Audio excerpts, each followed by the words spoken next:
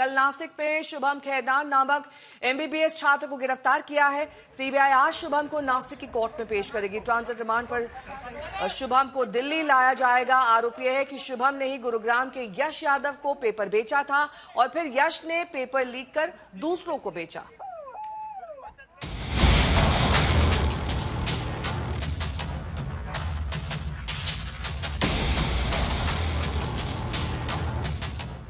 काले नकाब के पीछे जो चेहरा छिपा है वो शुभम खैरनार का है।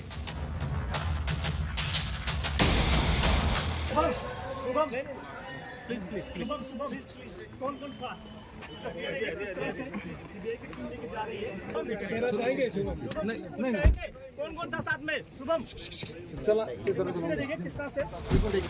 नीट पेपर लीक मामले में शुभम खैरनार को नासिक से पकड़ा गया है। नासिक क्राइम ब्रांच ने गिरफ्तारी के बाद शुभम को सीबीआई को सौंप दिया।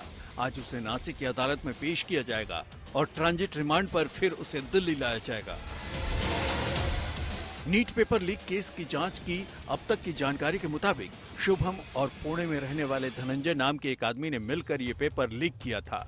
कथित तौर पर धनंजय ने शुभम को ये नीट पेपर 10 लाख रुपए में बेचा था, जिसके बाद शुभम पर टेलीग्राम के जरिए ये पेपर 15 लाख रुपए में बेचने का आरोप है। पता चला है कि इस पेपर लीक के पूरे मामले में लाखों रुपए का लेन देन हुआ। इस पूरे मामले में एक बड़ी चेन होने की संभावना है। इससे पहले भी शुभम और धनंजय ने कुछ ग्रुप्स को नीट का पेपर फॉरवर्ड किया था जो लीक हो गया था। उसमें करीब 80% सवाल वही थे जो नीट के पेपर में थे। नीट पेपर लीक केस की जांच में कल दिल्ली से सटे गुरुग्राम में भी एक्शन हुआ। राजस्थान एसआईटी और गुरुग्राम क्राइम ब्रांच की टीम ने गुरुग्राम के फरूख नगर स्थित खेड़ा खुर्रम गांव में छापेमारी कर 22 साल के एमबीबीएस छात्र यश यादव को पूछताछ के लिए हिरासत में लिया है। नीट परीक्षा लीक मामले की जांच गुरुग्राम तक आ पहुंची है। मैं इस वक्त गुरुग्राम के फरूख नगर के खेड़ा खुर्रमपुर गांव इलाके में मौजूद हूं, जहां पे कल देर रात राजस्थान एसआईटी की टीम पहुंची थी, जिसके साथ गुरुग्राम क्राइम ब्रांच की टीम भी मौके पर पहुंची थी।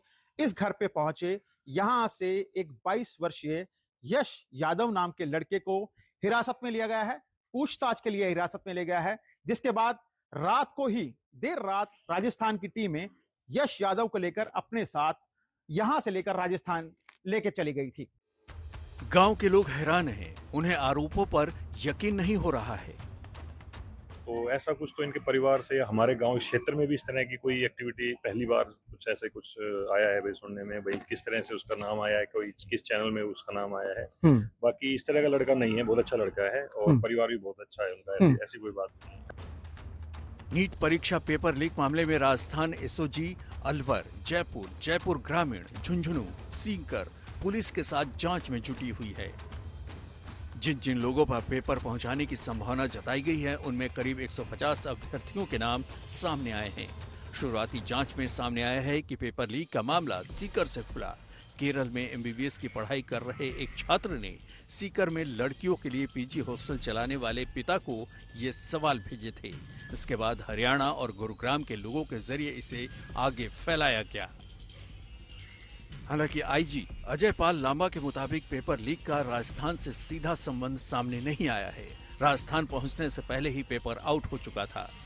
अभी तक राजस्थान की पुरानी जो गैंग्स इसमें सक्रिय रही हैं पेपर लीक परीक्षा में, उस किसी भी गैंग के किसी भी सदस्य से अब तक की पूछताछ में आए तथ्यों से कोई जुड़ाव सामने नहीं आया।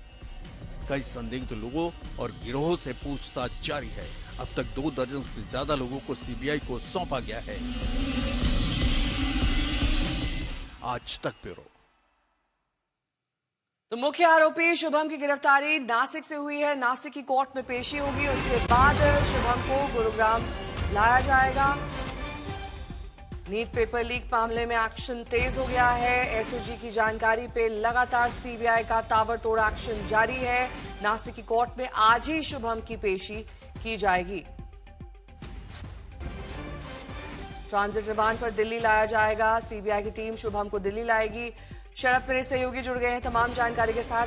शरद, देखिए ये कई व्यक्तियों का काम है, ये एक बड़ा नेक्सस, एक बड़ा नेटवर्क है जिसको अब सीबीआई अलग अलग सूत्रों के हवाले से दबिश कर रही है और लोगों की गिरफ्तारियां हो रही है। कितनी गिरफ्तारियां और संभव है अलग अलग राज्यों से, जिस तरीके से एक बड़ा नेटवर्क है? देखिए नेहा, कहा जा सकता है कि सैकड़ों गिरफ्तारियां हो सकती हैं। अभी मैं एसओजी मुख्यालय के सामने खड़ा हूं, जहां सीबीआई के जो अधिकारी आए हैं, कम से कम 10 अधिकारी हैं जो लगातार पूछताछ कर रहे हैं। 13-14 लोगों को अंदर हिरासत में लिया गया, अब तो गिरफ्तार कर लिया गया है। सबसे मुख्य नाम जो यहाँ पर जो 30 लाख रुपए में खरीद के लाया था, दिनेश बिवाल और मांगीलाल बिवाल। अब इन्होंने जो जानकारी दी है वो और चौंकाने वाले हैं कि हम इनके परिवार से 3 लोग, 3 लड़कियां और एक लड़के को पिछले साल भी ये नीट में एडमिशन करवाए थे और उन्होंने कहा है कि पिछले साल भी इन्हें पेपर मिल गया था। तो ये एक अचानक से इतना बड़ा बवाल मचने वाला है, क्योंकि जिस तरह से खुलासा कर रहे हैं कि 1 महीने पहले से हमें पता था पेपर आएगा और कहा गया था इंतजार करने के लिए। अब इन लोगों ने आगे पैसे कमाने के लिए बेचना शुरू किया। 30 लाख रुपए में लेकर आए हैं तो सोचा कि पैसा और निकाल लूं। फिर इस तरह से ये पेपर बटे हैं कि पीडीएफ को डाउनलोड करके जेरोक्स की दुकानों पर, ई मित्र की दुकानों पर बिक रहे थे। पूरे देश में ये जो गैस पेपर है वो घूम रहा था और कई ऐसे बच्चों को के परिजनों को कल रात को मैंने पूछा जो कैमरे पर भाग रहे थे, वो कोचिंग में, कॉलेज में पढ़ने के दौरान इस गैस पेपर को ले लिए और फिर उससे तैयारी करने लगे। उन्हें भी यहाँ पर लेकर आया गया है, उनसे भी पूछताछ की जा रही है। राकेश कुमार मोरवाड़िया है जिसको पकड़ा गया है देहरादून से, उसने तो 700 बच्चों को ये गैस पेपर फॉरवर्ड कर चुका था। तो नेहा, इतने बड़े पैमाने पर ये लीक है और जिस तरह की जानकारियां सामने आ रही है, ऐसा लगता है कि इस बार ये नेटवर्क का खुलासा हो जाएगा और सीबीआई को पूरे देश में छापेमारी करनी पड़ेगी। अब दिनेश जो है एक राजनीतिक पार्टी से भी जुड़ा हुआ है यहाँ पर, इसलिए ये मसला राजनीतिक भी हो गया है।